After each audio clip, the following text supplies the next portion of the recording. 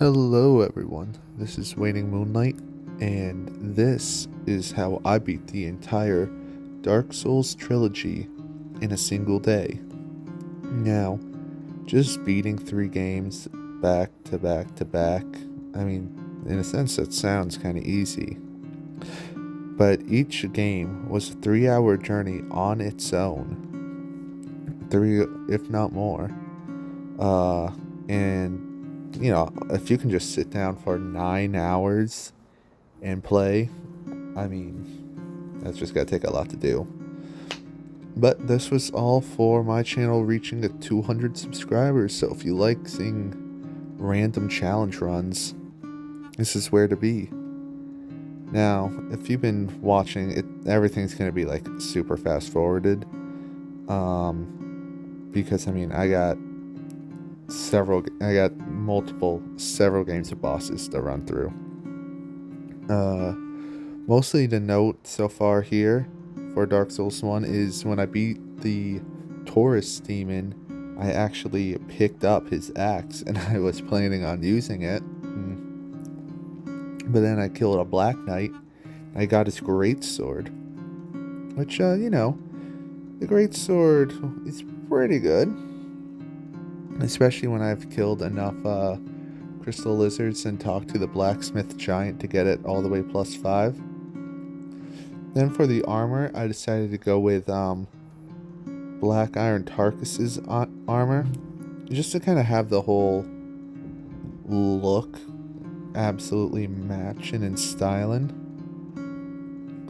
And here we are, about 2 minutes in, and we're already on the Lord Souls. I decided to tackle the Bed of Chaos first, just because,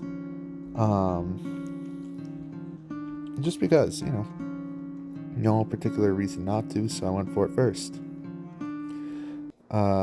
Checked my equipment and kind of remembered, oh yeah, I just kind of got to run. I have not played Dark Souls 1 in a while, so I wasn't too familiar with the strats. My personal strat is the quit out strategy. You just quit out after you break one of them. However, I kind of got stuck in this corner, assumed I could make the jump, and then fell and died. So I had to run all the way back. As fast as this video is going to go, these runbacks are definitely going to be the most noticeable thing to watch. It is even on 6 times speed, several seconds just to get back. Make it back, and this time I know to go on the inside, roll in, break it, quit out once more, because now all I gotta do is jump into the middle. They chaos storm the middle, but I jump in and roll, and I get annihilated by the chaos storm again. Well, that's fine. I'm just gonna run back. So I run back, making my way downtown, walking fast as those bugs passed. I did make sure and I killed the one with red eyes, giving me the sunlight maggot helmet. That's going to be very important for later. But for now, either way, we just keep going, heading back down. And I make the jump. This time, I make sure to heal up a good majority of my HP. And then I got one shot again.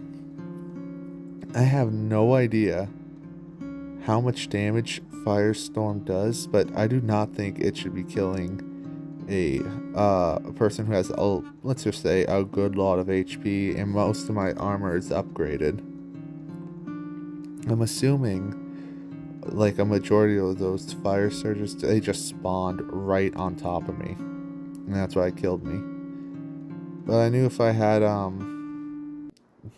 lesser equipped load, I would go faster with the rolling, and I did. Then I went on to Seath, waited for him to get pretty close, and broke his crystal. And as you can see, he looks like ice, and my weapon's made out of fire, and that's why he absolutely got melted. Then we went on to the Tomb of the Giants.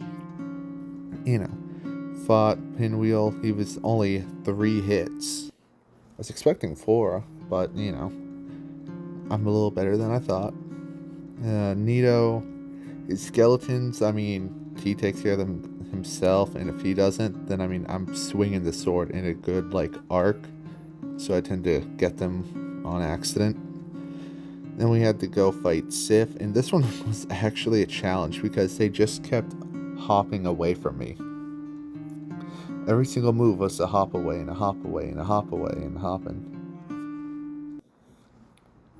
But I got them, teleported back, and I headed on to the Four Kings. They were no real issue. If you are unaware, if you hit the Four Kings body as it disappears, you can do some extra damage to the health bar. So I only had to kill 3 kings. So honestly, they should label it better. And now with that done, I go and I head over to Gwyn. At this point, this run took me 3 hours and 30 minutes, so this was a pretty good to get going to.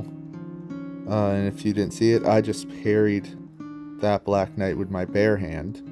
No shield needed. And if you made it to this point in the video, thank you for watching. Subscribing and comments help the channel grow, so if you want to watch more of this, I mean, definitely do. If you want to see a slowed down version of me parrying Gwyn with a bare hand, I can make that happen. But either way, we keep going. And this time, instead of doing Dark Souls 1, 2, and 3, I decided to head on to 3. I decided to do 3 next for the main reason of it's a lot quicker, in my opinion, than Dark Souls 2, like how many bosses you have to beat. So in my head, I kind of thought it would run a lot faster, and it turns out that was actually not the case. But at this point, my build was running the Deep Axe, which you could get from a Mimic in Lothric Castle. And for it to be stated, I had 0 plans for any of the builds going into this run. I had no strategy, I had no specific way I was going. I just loaded up the games and hopped on. But yeah, the Deep Axe worked pretty well. I was struggling a little bit against the Crystal Sage originally, which is why I went and killed the demon on the bridge, so then I could increase my HP more. Because for those who are unfamiliar, the Deep Axe does not actually scale with anything.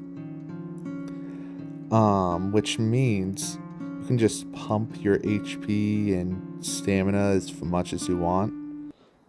Because I mean, you don't need to upgrade anything else. For an early game, I thought that would kind of be quite beneficial. And it's Ash of War. I think it's called Warcry. It lets you increase the damage you do and changes your heavy attack to do more damage. So all in all, seems like a pretty solid thing. At this point, I picked up the Lloyd's Sword Talisman, which at full HP increases my damage. I did not have any rings for Dark Souls 3. I picked that up and like 1 more later, and I think that's all I really had. But then we go on to High Lord Wolnir.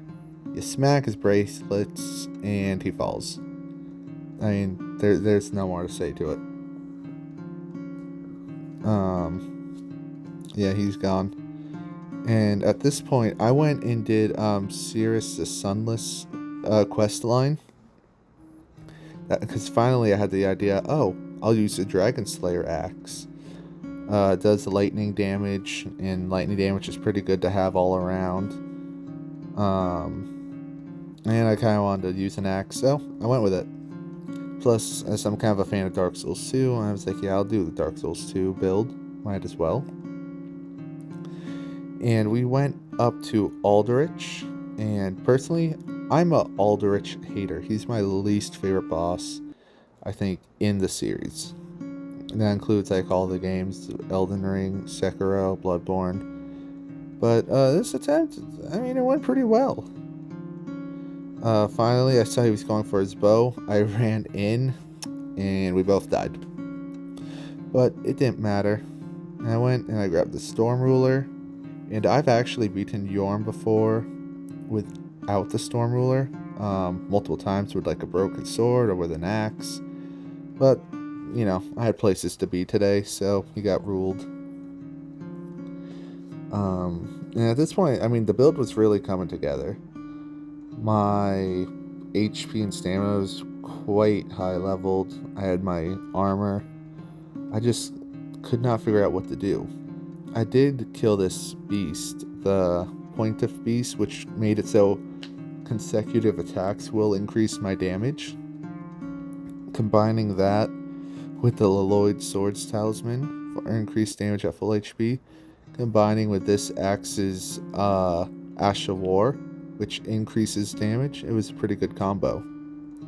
Dragon Slayer armor was kind of funny to fight, because he's a guy wearing heavy armor, a shield, and an axe. And I'm a guy wearing armor with a shield and an axe. It's like the same type thing I got going on, stealing my whole flow. Then we moved on to the Twin Princes, and I'm not a big fan of them. I either struggle or I demolish them. And luckily for me, they got demolished. Apparently, they're not too much of a fan of being stabbed in the back, like who would have guessed?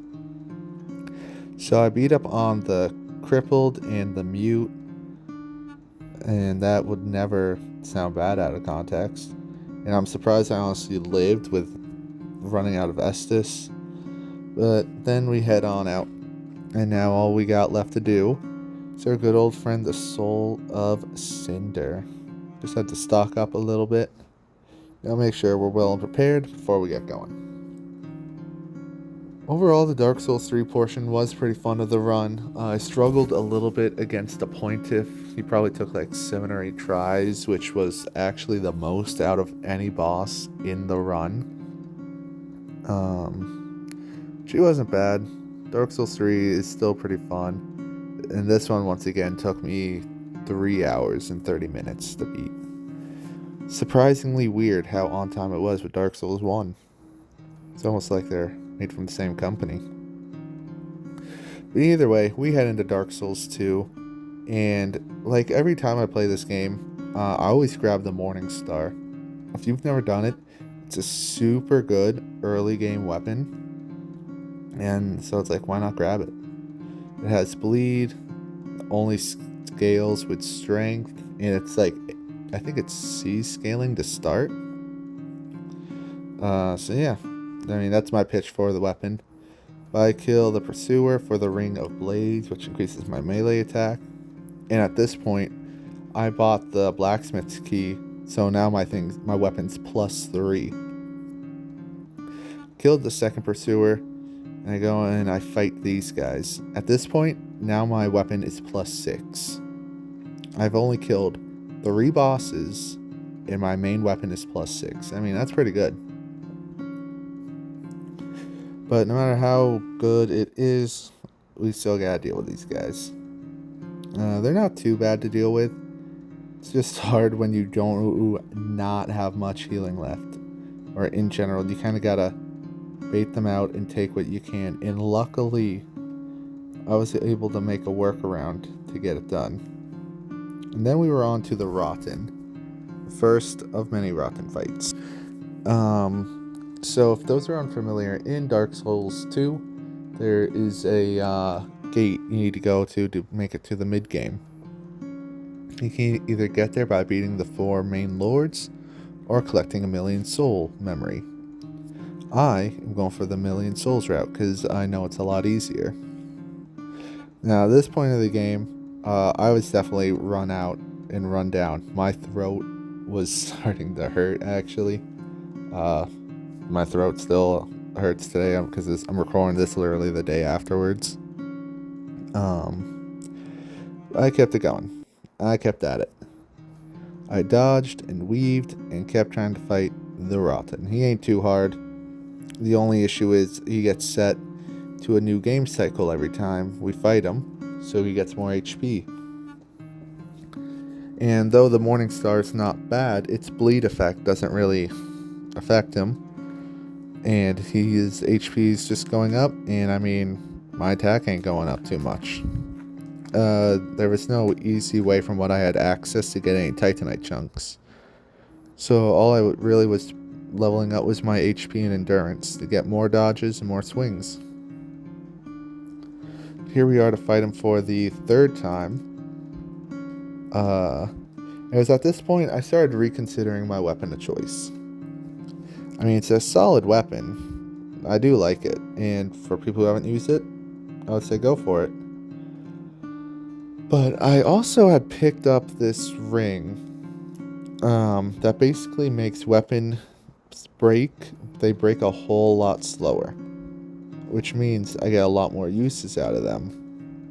And that reminded me of this old combo I used to do. There's this weapon called the Blue Moon Greatsword, and if you have it, it does not scale with any stats, but it has a high damage output, and and because of that, you only need to level up your like HP, stamina, and agility so you can dodge. Now the whole point of that is, well, if I can have a really high powering weapon, that's already pretty good. And then you remember you can do this thing called Raw Infusion. A Raw Infusion is supposed to be you remove weapon scaling, but a weapon's supposed to get a major buff in its base damage. If the weapon already has a massive base damage and it becomes Raw Infused, then that's just even more damage with no drawbacks. And then you remember you could put some lightning paper on it. And then you're putting out 500 damage a swing with a level 6 weapon. Or level 7, I had 1 Titanite chunk. And that turned my 200 damage Morningstar of choice to a 500 damage Greatsword. This is why the Moonlight Greatsword is the best weapon in the game. And then I pick up the From armor, and now you can really see to scale how effective this weapon is. Just 6-ish hits to take down that Dragon Rider. We go into the Looking Glass Knight, arena full of water, and he's shocked that we use it to our advantage. We bring him down, he doesn't even get a chance to summon his friend. I mean, he was on 1 HP, and then I was like curious, like I thought he was dead, and then he put it down, but it doesn't matter, he died. We made it through the Shrine of Amana with 0 deaths, actually. I was extraordinarily shocked. It was the easiest part of the run, believe it or not, because, I mean, I just had to fight things and walk. Then we make our way to Velstadt, and usually I can almost no-hit Velstadt, but I was not with my groove today. I was tired. I'd been streaming since 7. It is now like 4. I didn't lose. I never lost to him. But I made my way on. I got hit. And now I'm on to the Throne Watcher and Defender. And usually, they give me a hard time. I hate fighting these two. But you know, when your weapon just shreds, I mean, there's nothing to fear. And we're on to the dragon. And I mean, there's only so much you can fight when a dragon just spams that. You break its ankles when it gets down. You wait, and you keep going. Then we go and fight the Giant Lord. If you get a running if you do a running attack, you do like this cool spin, which is really helpful because I think it can hit both legs. But we made it good to Nashandra, our final boss. And overall, this one was really fun. The entire day was really fun, doing the entire Soul series in general. And if you enjoyed it, I wouldn't recommend doing it, but I would recommend one more time to subscribe. I put out a bunch more fun videos all the time. Link the fire. You who bear the curse. Once the fire is linked, souls will flourish anew, and all of this will play out again.